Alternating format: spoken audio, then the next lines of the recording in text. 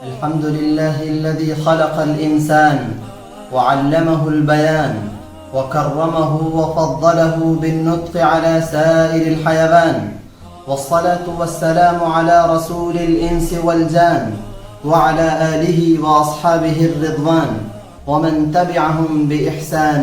أما بعد، قال الله تبارك وتعالى: ولا تهنوا ولا تحزنوا وأنتم الأعلون إن كنتم مؤمنين. صدق اللہ العظیم.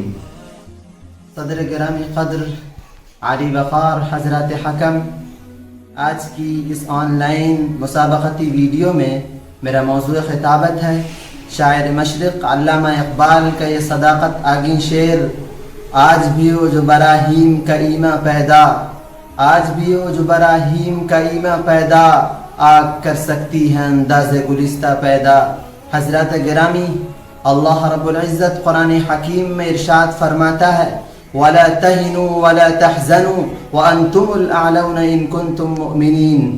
حضرات، ایمان ریب و تشکیک اور تذبذب و ابہام سے پاک اس یقین کی قوت کا نام ہے جس کا تعلق براہ راست قادر مطلق اور اس کے دست قدرت و تصرف سے ہے، جو عادات و خلق عادات، طبعیات و فوق الطبعیات اور معجزات و کرامات کے تمام مصادر و مظاہر پر قادر اور مختار کل ہے، جو نہ صرف لفظ کن سے کائنات کی تخلیق کر سکتا ہے بلکہ اتنے بڑے محیر العقول نظام کو چلا بھی سکتا ہے، جو حضرت ابراہیم کے لیے دہکتے ہوئے شعلوں کو گل و گلزار میں تبدیل کر سکتا ہے، جو حضرت موسیٰ کے لیے سمندر کا سینہ چیر کر شاہراہ تحفظ عطا کر سکتا ہے، جو حضرت نوح اور ان کے اصحاب ایمان کو سفینہ نجات مرحمت کر سکتا ہے، جو غار ثور میں اپنے حبیب پاک کو ہزار خطرات میں تحفظ و امان کی ضمانت دے سکتا ہے، اور زبان رسالت سے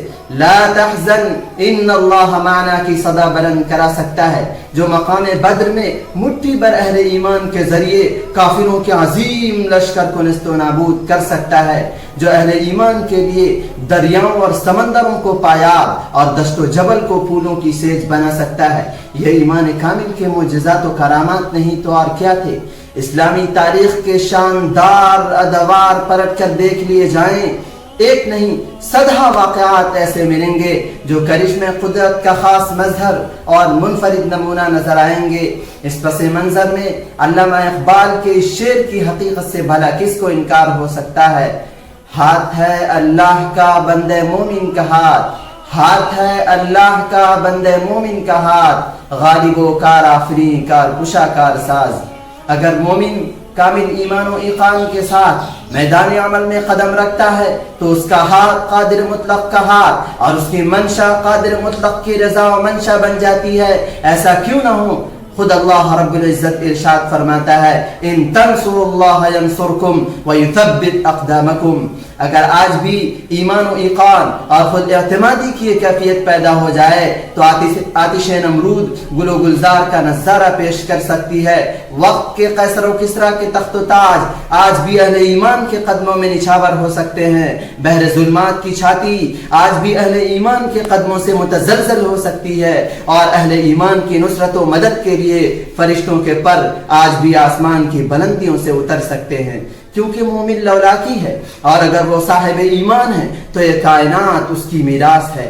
شاعر مشرق علامہ اقبال نے اس حقیقت کو نہایت دلکش پیرائے میں ایک شعر میں بیان کر دیا ہے: عمارت پادشاہی علم اشیاء کی جہاں گیری، عمارت پادشاہی علم اشیاء کی جہاں گیری. یہ سب کیا ہیں؟ فقط ایک نقطہ ایمان کی تفسیریں. اسی پر میں اپنی بات کو ختم کرتا ہوں. وآخر دعوانا ان الحمد للہ رب العالمین.